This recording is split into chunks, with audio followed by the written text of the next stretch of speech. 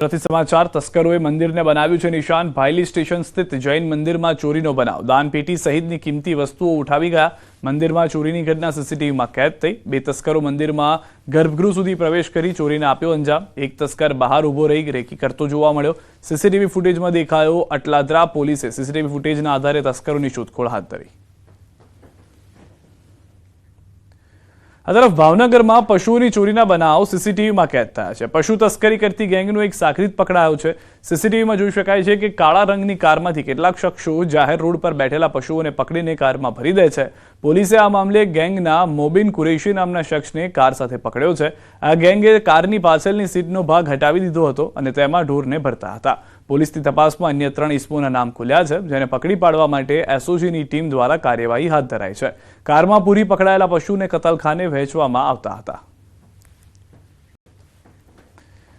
ગાંધીનગરમાં હવે નર્સિંગ સ્ટાફનો વિરોધ। સ્ટાફ નર્સ પરીક્ષામાં ગેરરીતિ અંગે વિરોધ પ્રદર્શન। જૂના સચિવાલય ખાતે 100થી વધુનો નર્સિંગ સ્ટાફ પહોંચ્યો। આરોગ્ય કમિશનરને આવેદનપત્ર આપ્યું। સ્વામિનારાયણ સંતોના હિન્દુ દેવી દેવતાઓ વિરુદ્ધ વિવાદિત નિવેદનને લઈને હિન્દુ સંગઠનો અને સાધુઓમાં રોષ જોવા મળી રહ્યો છે। સાધુ સંતોમાં રોષ વધુ વ્યાપતો જોવા મળી રહ્યો છે। આ વિવાદ મુદ્દે વલસાડ જિલ્લામાં જાણીતા સંતો, મહંતો, કથાકાર, ભૂદેવ સહિત હિન્દુ સંગઠનના અગ્રણીઓની બેઠક યોજાઈ। સ્વામિનારાયણ સંપ્રદાયના સંતો દ્વારા હિન્દુ દેવી દેવતાઓ વિરુદ્ધ થઈ રહેલા વિવાદિત નિવેદનો અટકાવવામાં આવે તેવી માંગ સાથે કલેક્ટર કચેરીમાં આવેદનપત્ર સોંપવામાં આવ્યું। હિન્દુ દેવી દેવતાઓના થયેલા અપમાન અને વિવાદિત નિવેદનો અટકાવવામાં નહીં આવે તો આગામી સમયમાં આ મામલે ઉગ્ર પ્રત્યાઘાત પણ પડશે તેવી ચીમકી આપવામાં આવી। અમે જેની ઉપાસના કરીએ છીએ એની તમે નિંદા કરો તો એક સ્વાભાવિક છે કે સમાજ, સનાતન સમાજ એનાથી નારાજ થાય, આક્રોશ જન્મે। તો એ આક્રોશ બંધ થાય અને આ બધા સંતો સમજી જાય, જેથી કરી અને ભવિષ્યમાં કોઈ વર્ગ વિગ્રહ ન થાય। અમારા દેવી દેવતાઓને નીચા પાડવાના જે પ્રયાસો થઈ રહ્યા છે એની સામે અમારો સખત વિરોધ છે અને એ અમે ચલાવી નહીં લઈએ કે આ સનાતન ધર્મને વિધર્મીઓએ જેટલું નુકસાન નથી કર્યું એટલું અધર્મીઓએ કર્યું છે। આ અધર્મીઓ આ નુકસાન કરી રહ્યા છે। અમરેલી રાજુલાના ધાતરવડી ડેમ 1માં નગરપાલિકા દ્વારા પાઇપ નાખવાનો વિરોધ ઉગ્ર બની શકે છે। ધારેશ્વર ગામે ખેડૂતોની સભામાં મોટી સંખ્યામાં લોકો ઉમટી પડ્યા હતા। ખેડૂતો સાથે ખેતમજૂરો, મહિલાઓ ટ્રેક્ટર મારફતે પહોંચ્યા હતા। કેટલાક તત્વો દ્વારા અફવા ફેલાવી ખેડૂતોને ભરમાવવામાં આવ્યા હોવાનું સામે આવ્યું। કોઈ પણ મંજૂરી વગર ખેડૂતોએ સભાનું આયોજન કર્યું હતું। સભા બાદ ખેડૂતો રાજુલા પ્રાંત કચેરી આવેદનપત્ર આપવા ગયા। ખેડૂતોની એક જ માંગ છે કે અમે ડેમમાં પાણીની પાઇપલાઇન નાખવા દઈશું નહીં। આણંદથી સમાચાર। ઓડ ગામમાં અસામાજિક તત્વોનો આતંક। એસટી બસના ચાલકને જાહેરમાં માર્યો માર। ઓડ ગામના પિકઅપ બસ સ્ટેન્ડ પાસેની ઘટના છે। બસ ચાલકને લાકડી અને દંડા વડે માર મારતો વિડીયો વાયરલ થયો છે। ટોળાએ ભેગા થઈ બસ ચાલકને માર્યો માર। બાઇક ચાલક અને બસ ડ્રાઈવર વચ્ચે સામાન્ય બોલાચાલીએ ઉગ્ર સ્વરૂપ ધારણ કર્યું। બાઇક ચાલક અન્ય લોકોને બોલાવી બસ ચાલકને માર્યો માર। મારામારીમાં ગંભીર ઈજાઓ થતા એસટી ડ્રાઈવરને 108 મારફતે સારવાર અર્થે ખસેડાયો। શું લુખ્ખા તત્વોને નથી રહ્યો પોલીસનો ભય? પોલીસની લુખ્ખા તત્વો સામેની કાર્યવાહીનો પણ આ લોકો નથી રહ્યો ભય? એવા સવાલો ઊભા થઈ રહ્યા છે। ભાઈગીરી કરવા પહોંચેલા ભાઈઓ કોણ છે તે પણ હજી જાણી શકાયું નથી। અમદાવાદમાં તોફાની તત્વો ફરી બેફામ થયા છે। એપીએમસી માર્કેટમાં યુવકને માર મારવામાં આવ્યો છે। મારની ઘટના સીસીટીવીમાં પણ કેદ થઈ છે। 20 તારીખે યુવકને અસામાજિક તત્વોએ માર માર્યો હતો। સમગ્ર મામલે વેજલપુર પોલીસે તપાસ હાથ ધરી છે। તો રાજકોટમાં પણ મારામારીનો વિડીયો વાયરલ થયો છે। વિદ્યાર્થીઓ વચ્ચે મારામારી થઈ। લાકડી અને ધોકાથી મારામારીનો વિડીયો વાયરલ થયો। મારવાડી કોલેજ પાસેનો વિડીયો છે। મારવાડી કોલેજના વિદ્યાર્થીઓ મારામારી કરી રહ્યા હોવાનું જાણવા મળ્યું છે। દ્રશ્યોમાં પણ આપ જોઈ રહ્યા છો છૂટા હાથની મારામારી। કેટલાક વિદ્યાર્થીઓ જે છે તે લાકડી લઈને પણ આવ્યા છે અને મારામારી કરી રહ્યા છે।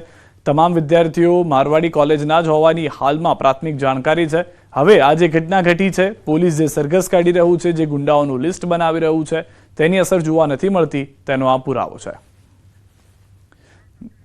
ન ફક્ત રાજકોટ પરંતુ 3 અલગ અલગ તસવીરો અમે આપણે બતાવી રહ્યા છીએ કે જ્યાં આગળની આ પરિસ્થિતિ થઈ છે। જે રીતે અમદાવાદમાં પણ ઘટના જોઈ, અસામાજિક તત્વોનો આતંક જે છે તે બેફામ છે અને આણંદમાં પણ તે પ્રમાણેના દ્રશ્યો જોવા મળ્યા છે કે જાહેરમાં લુખ્ખાગીરી, મારામારી અને ત્યારબાદ આ તરફ અમદાવાદમાં એવો હુમલો કરવામાં આવ્યો સામાજિક તત્વો તરફથી કે વેજલપુર પોલીસ હજી પણ તેઓને પકડી નથી શકી। એટલા ભયંકર ત્રસ્ત આ યુવકો પીડિતો જે છે તે કહી રહ્યા છે.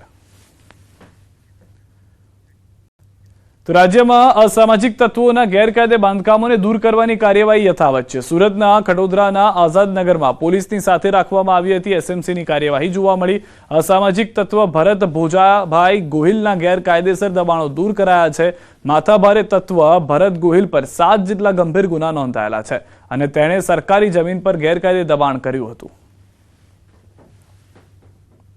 पुलिस स्टेशन एरिया में एक भरत करके आरोपी है जो आज़ाद नगर में रहता है. उस पर 6 FIR हैं इंक्लूडिंग अटेम्प्ट टू मर्डर और अभी जेल में है वो. और उसके अवैध एक कब्जा कर रखा है सार्वजनिक जगह पे जो एसएमसी के साथ मिलकर हटाया जा रहा है.